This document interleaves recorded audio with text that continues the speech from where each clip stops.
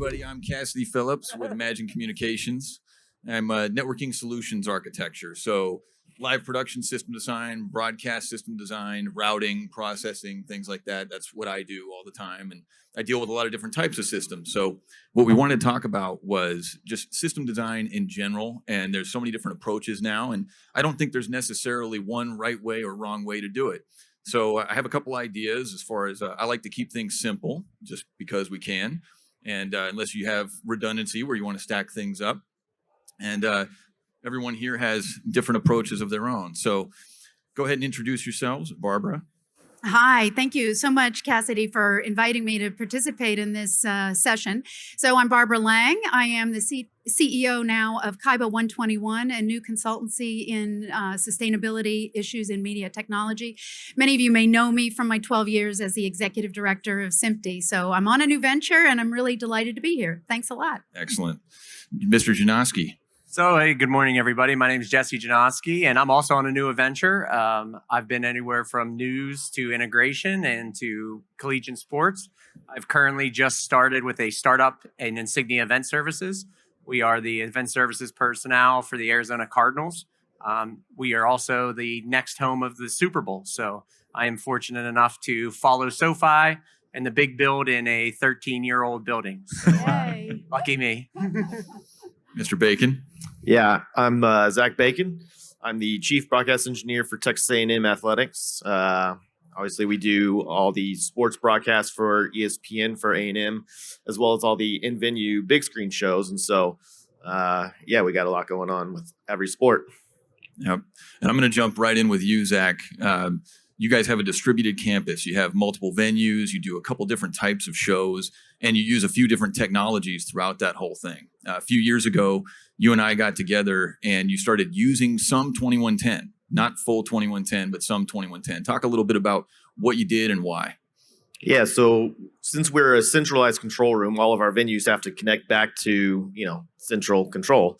Prior to our slow transition, we were using a bunch of, CWDM and just venue kits that we would just take around, and it took a couple days to get a venue online and everything. And so we kind of evaluated what it would look like for us to start making the transition to 2110, and kind of came up with two ideas. One was like an out in versus an in out. And so we decided it makes the most sense for us to kind of start from the outside in. That way we can leverage the efficiencies of 2110 and give us instantly some a lot more capacity in between venues, and that also allows us to kind of slow roll our transition and kind of take it as we feel it needs to be.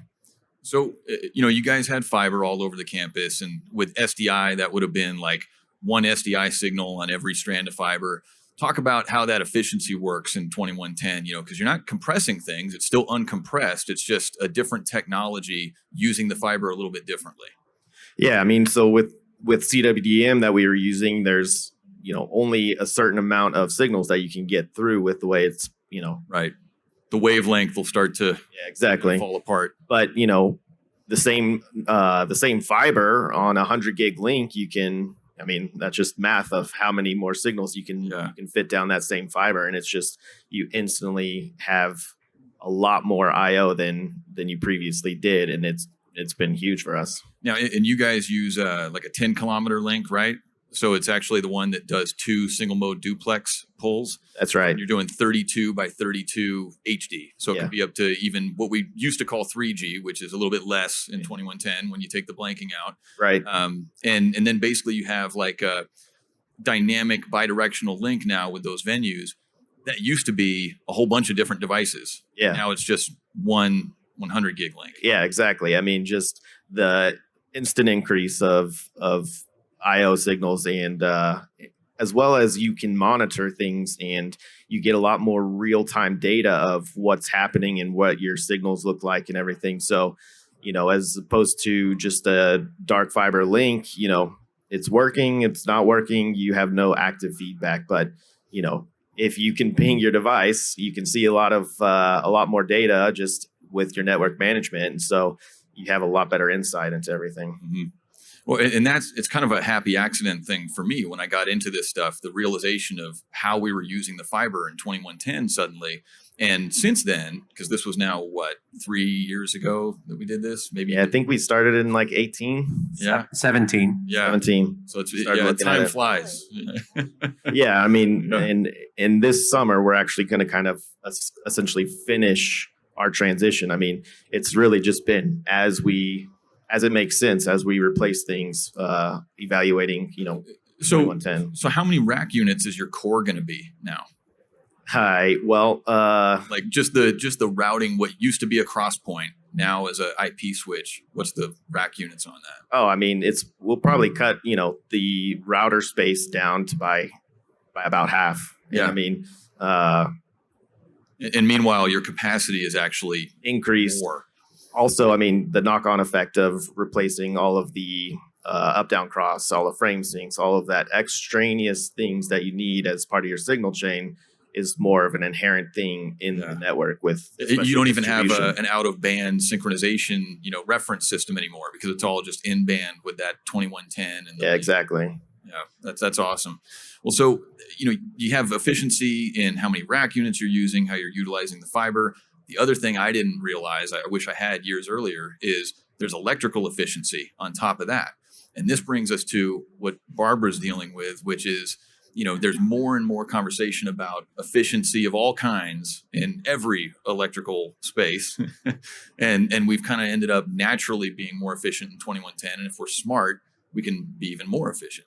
So Yeah, and one of the interesting byproducts of all this efficiency, of course, is the ability to be more sustainable. And it's a topic that the media industry really has to grapple with. It's not the biggest industry in the world that has sustainability issues, but every industry should take care and really understand what impact they have in terms of environmental sustainability. and in certain arenas, this is becoming like a pretty serious engagement, right? Like in some of the other markets outside of the U.S. Yes, and in particular in Europe, there's a lot of the mandates are regulatorily driven, right? So the EU is making mandates about what kinds of issues around sustainability and reporting and disclosing your carbon emissions and things of that sort. That's not so prevalent here in the United States, but I believe that is something that is growing, and you see it little bits and bobs. Unfortunately, here at NAB, it's not that prevalent, but I would hope that next year this time this is going to be a much bigger topic. In Hollywood, right? Like Hollywood has the badging already a lot of time in film. Yes, so. and there is work in production. So there are things called green production in the UK. There's a group called Albert in the US. There's a group called the Green Production Guide, and they help organizations, productions be green, and that's on set. But what really is still a bit of a mystery, and where more data points have to be gathered, is after the production finishes, what happens as that content flows through, Right. the cloud and everywhere a else. holistic sort of view on it. Yeah. And there are groups looking at that. And in particular, there's the University of Bristol in the UK has a research project called D-Impact together with industry. And they are starting to collect measurements and data points so that the industry can be much more aware. And so as they're making these choices, these technology choices, they can also understand the sustainability impact as well. Right, So right. it can go together, actually. And from a really simple, me coming from an operations background as well, having fewer devices to maintain, fewer points of failure, even aside from the electrical efficiency part, it's like that's less man hours. There's all sorts of things that tie into that. Yeah. So Jesse, you've dealt with a whole variety of different system types in the last few years. Talk a little bit about all the different things that are out there in the wild right now. And, I had this belief for just a minute that everything's got to go 2110 now, right? But that hasn't been the reality. And the truth is that SDI still has a place. There's all these other formats out there that still have a good fit, and we can make it all get along, right? Talk a little bit about what you've learned in the last few years. Yeah, so thank you. So I was fortunate enough to be part of the project in 2017 with Zach and Cassidy. And we went a different approach on that. We commissioned and we provisioned and designed our system within ourselves for the three of us. So the three of us work very closely. After that system, I was fortunate enough to move to Alpha Video and be one of their design engineers. From there, I went through multiple RFPs, going from 12 gig SDI to NDI to SRT to remote cloud production and got to see like a total gamut of what's out there. And now currently in my own moving forward is, as I said in the beginning, I've inherited an older building that is expanding to a large campus. So when that happens, the connectivity of fiber and some stuff that Zach talked about is very, very prevalent in my design. Moving forward, being flexible, being scalable. Barbara made a great point about the efficiencies, and Zach made another great point about space. What's the two things that we always look at? We always look at cost and we look at space. So now one of the things moving forward is I need to make my racks deeper because I'm moving more into a server based. I'm moving more multifunctional. A lot of the days of buying that one RU PC, what I call a unitasker, just to do one single item isn't available and isn't going to be moving forward on any system design. So there's many formats, and some of the formats are applicable to many people, whether your budget's there, whether you're constrained or what you want to accomplish. For me personally, I've dealt with a large infrastructure with multiple buildings at multiple sites. And I've had a great relationship with Cassidy and working together with using their Selenium SMP to accomplish some of the things I need. I needed something that was flexible. One of the things that I looked at is, what can this box be today and what do I need it for it to be tomorrow? Do I want to have something that's dedicated to just an 8 IO or an 18 IO? Or do I want something that can be moved and be 4 IO and 16 IO the next day?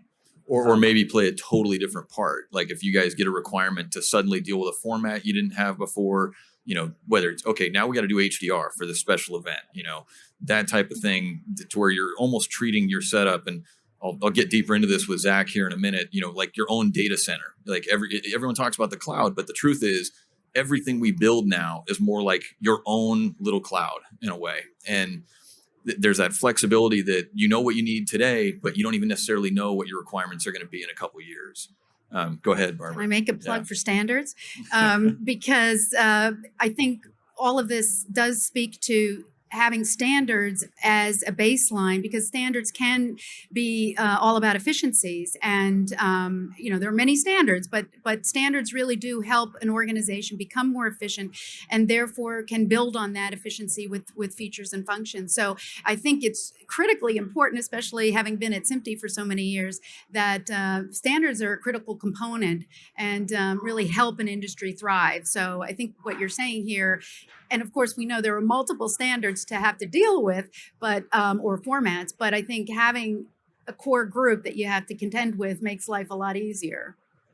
And I can just say that being in different mediums, whether I was on one side of the table or another side of the table, like reach out all the time and talk to the people that have dealt with it and get your core group of people. My core group might not be your core group, and that's completely okay. My way of designing is probably not your way of designing, but reach out and talk to people. Like me, Cassidy, and Zach all have different positions now from where we were in 2017, but we pretty much talk regularly on a regular basis, whether it's coming here on the show floor, which is great to finally see people again and not looking at a Zoom meeting, to just calling, just seeing how you are during the day. Is there anything cool you saw? Is there anything that you wish that could be accomplished or somebody else is doing it? One of the best things that when I was in news, I worked in Washington, D.C., was the ability. We had a sister station that we went to in Harrisburg.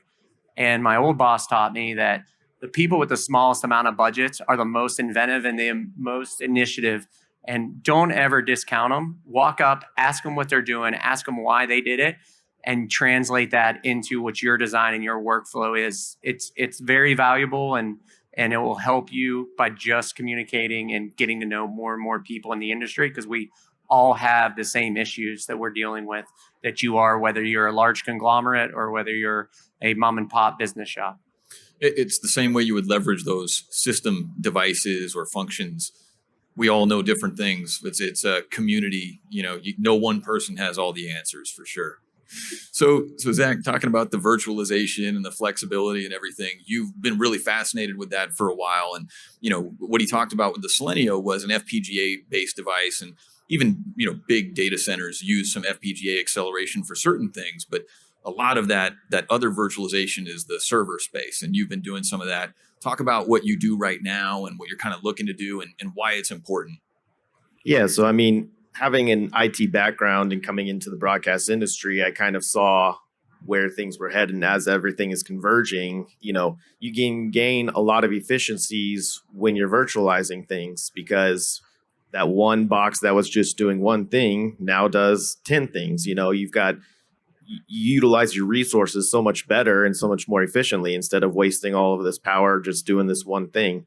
But additionally, it also gives you a great deal of flexibility, because today you spin up this thing, tomorrow you delete it and you move on to the next thing. Like, it allows you to try things, allows you to experiment. Mm-hmm. I know this says it's not a science experiment, but the point is like, you gain back all of that extra space, all of that extra unnecessary equipment. You gain the power efficiencies. I mean, I think we've seen it grow a lot. You see out on the floor and everything, people talking about production in the cloud and everything. And I think, the past few years have kind of pushed that out of necessity.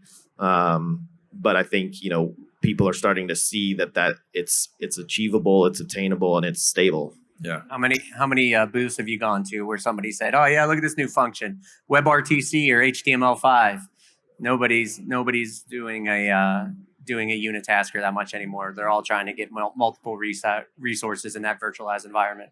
Yeah, and I mean, like, along the same lines, why the S&P fit well for us is because even when we're done, I mean, we'll never be completely done, but we buy X number of S&Ps to do all the gateway that we need right now. But as that stuff no longer needs to be gatewayed, what do we do with that now unnecessary gateway? Well, the S&P is nice because it can turn into some other sort of processing on the network, whether it's cross, up, down, cross, SDR, HDR, whatever. Yeah, exactly. So, for us, that was why it made the most sense, is because we're not just wasting money today for gateways that's gone tomorrow when we replace our cameras as native IP or something like that. Well, you raised a little point in there that I want to touch on real quickly about, the science experiment aspect. What kind of a sandbox or sort of, protection zone do you set up when you bring in a new device? And Jesse, you can jump in on this too, because especially when you start getting into IP, it's like, you don't want to just drop things on your IP network. So there's rules about how you approach that. Go ahead. 4 Hail Marys and hopefully nobody asks what your progress is going. Yeah. We might not be the right ones to ask about that. We might take a little more risk than somebody else. But you have some downtime maybe that you're able to, if you didn't, you could create an isolated, network maybe. Yeah. I mean, the thing is like, as we're trying things, we always know, okay, if this doesn't work, we know a plan B and C of how we're going to accomplish this to get it on air. I mean, because at the end of the day, that's what matters. Right. I think we also too, as we talked about the collaboration, we had many nights where it was dropped down, just discussions and arguing in an office between the two of us. I mean, we definitely pushed each other. As I said, we found somebody that would challenge each other, and we collaborated back and forth. Yeah, and I mean, that's the fun part, is like finding somebody and getting challenged by each other to think about how you do something better and get a different perspective. So Barbara, if you talk about the variable resources that maybe you just turn completely off, like some of these cloud workflows, and I can say, like, we've actually done some things where we did, sports network suddenly needed another programming path. 2 weeks, we actually, stood up, faxed out, had all the workflows tested, and they had a whole master control play out workflow in a cloud environment. And then they turned it off after that tournament. So, talk about how that kind of stuff comes in, where now it's not just that device, but it's like whole facilities that could be virtualized. That's exactly right. And I think that's what people have to consider as they're making their plans, as they're doing their designs, that have to think about these things, the sustainability issues, their carbon emissions as part of that. And things like, are you turning off your equipment after you're done, or you're scaling down when you don't need the full capacity?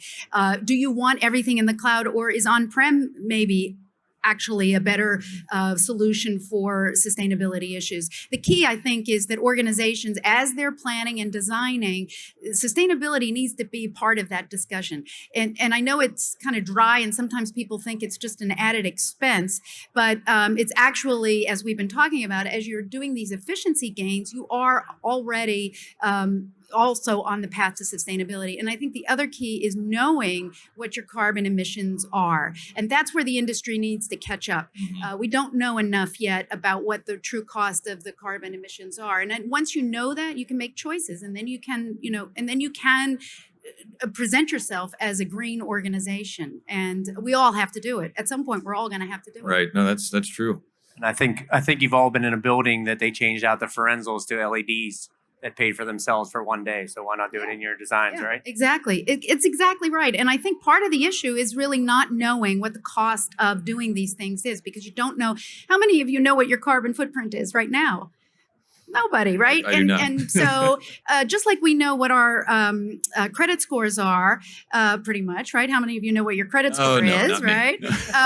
So we're all going to learn what our carbon footprint is quickly enough. And I think once we know that, then you can start making choices that are good for the environment. And there's no reason not to do that. So it's coming. Don't worry, it's coming. So Jesse, you mentioned you're getting ready for Super Bowl. What format do you see for you, and why? So I will have a very converged hybrid, just like we talked about in 2017 when I took a leap. I've done many formats, but my core will be based 2110. As I said, I have a campus. We just had 2 buildings that went online. We also just secured a 44,000 square foot warehouse that will house all of our equipment, because we are an event services company. And I need to connect all those buildings. And I can't buy the budget to do DAs and frame sinks everywhere, and then lease layer 2 fiber networks between buildings. So I got a little challenge ahead of me. I know I have some great people that I can talk to, and I've been talking to move forward with this. But I got a challenge on my hand. Like I said, I have a 13-year-old building with little to no fiber. I have 2 other buildings that are brand new, and I have to make decisions of, we need to add this, when our owners group says, well, isn't the building new? Yeah. What do you mean we need to add it? Why didn't we do this in the beginning? Why are we moving this forward? So I have a lot of challenges, but my experiment with Zach, and it really wasn't an experiment, it was very successful, made me look forward thinking on how I can do this, how I have the resources, how it's not hard, how I can make the user. The big thing is, I talked with somebody yesterday. It doesn't have to change the way you have it. A router panel is a router panel, whether it's IP, whether it's baseband, whether it's SDI, JPEG, XS. It's a button that hits. It's a XY keys essentially. So as we do our designs, we have to also think at the end user, because the last thing anybody wants to do is, I've been in this position for 8 years because I've been doing exactly what I've been doing. Why should I change now? So I think a little onus is on the design and the engineering team to make sure that we're talking to the end user, and we're not just throwing it right at them and saying, hey, this is new technology. I promise it's going to work. Oh, I promise it'll be better. It does all these cool things in the background. They don't care about that. They don't care. They want to know when I hit this button, it works. Does it work, right? So, And is it pretty? yeah, exactly. Does it have a lot of lights, a lot of blinking lights? Well, and on that note, did you guys suddenly feel like you had to have a bunch of certified network technicians when you started doing your 2110 stuff, or? No, maybe we should have, but we struggled through and we persevered, and we chose Cisco. That was the right move for us, and for us, we always try to just evaluate what is the right solution for this problem that we're attacking. And so imagine S&P was right, Cisco was right for us. There's tons of good stuff out there, but the guys at Cisco were instrumental in getting us up and running, and like me stumbling through as I figured it out, and I've grown a ton and just been able to learn immensely. I got a question for the moderator. So during this, we met in 16, I think, at the NAB booth, where I just walked up and pointed at a box. We were reminiscing about it. Yep. What have you learned in the journey of going from baseband, the master control to Yeah. 2110, and now designing all these major systems. It's really been the biggest thing is that we can go super big horizontally, vertically, or we can go super small with this stuff. And again, I used to really think that everything had to be as new as possible. For just a moment, I had that thought. And now I've really learned that SDI still has a lot of benefit for certain use cases. And if you want to tie that into 2110, you can. And, there's also some compressed things going on with the cloud like JPEG XS, which actually can fit within 2110-22. There's a lot of different things out there. And now I've gotten to a point where it's more like when I was on the operations side, and I knew that every control room was like a different house. And you had to get comfortable with that different house and where the light switches were and things like that. It's the same thing with every system. And they all have different workflows with different tools are optimized in those workflows. So I just like having as many tools in my toolbox as possible at this point. And it's been huge and helpful. And then, on the operations thing, the key going back has been for the people who do like freelance and they're just a technical director that wants to come in and do their technical director thing. They don't care what the router is at all. It just has to feel the way that they expect it to feel. And, maybe if they want to learn a little bit more about, hey, we're doing a resolution that we couldn't possibly have done in SDI before or something like that, then yeah, they can learn about it, but it shouldn't impair their ability to make the show happen. I know that I know in some of the designs when I was on the design side that you integrated with a lot of different vendors and a lot of different products. Yep. How difficult has that been, and how much easier has it got since 4 years ago? Well, NMOS has been huge for basic routing, the specification of ISO 4 and 5 for discovery and routing. But, again, with that sort of everything has a specific little bell and whistle that it wants to do. Sometimes different production switchers have different ways they want to signal my routing system to name changes or tally functionalities. And so every now and then we have to get into it, and we're open to it because the way I put it is we can put the smartest people in our company in a room together and they'll come up with some neat stuff, but it might not be the stuff that you guys actually have to use. So it's really important to have these partnerships and the feedback loop with people who are actually using the equipment all the time. So that's been, I'm constantly learning from you guys about what we really need to do. In the same way, I don't know what you're going to ask the product to do. I don't know what you're going to ask me to design for in 2 years either. I mean, we did some 8K stuff for the Olympics and it was like, You know exactly what we're asking for. Don't make me do it. there's always something. When is the Super Bowl? Yeah, there's that too. February 12th. So we're right there. I actually just went through my first NFL. Very calm, I must admit. Yeah. I went through my first NFL audit. And I'm not an IT background. Zach helped me in our first deployment. Going through that was not calming. That was very stressful. I was supposed to be in for 15 minutes. And 7.5 hours later, over 3 days, I was in, and we just got our first preliminary of me, and I'm getting a written summary coming. It's a little eye opening, but it's definitely a good process, and it's definitely why I got into this business. It's very fruitful in the challenges and learning new things and being able to touch some of the best equipments, going to the best events. And I think when you go into TV and broadcast, you're a glutton for punishment because, I mean, who else works on nights and weekends and holidays and, takes phone calls all hours of the day, whether you're with your family or not. But yeah, it's great journey. And I'm super excited. Hopefully, our Arizona Cardinals are in the Super Bowl and we do 3 years in a row that Steelers. Yeah. Well, so real quick, so we know where to find you guys. Barbara, just real quick, tell us where to find you. Yeah, thank you. Kibo121.io, KIBO121.io. Come visit me on my website, and I'd love to talk to you about any issues around sustainability in your media tech environment. Well, thank you so much, everyone, for joining us. And find us around the show or reach out to us anytime. And we love to talk about what you're working on. Thank you, Thank you, Cassidy. everybody. Appreciate it.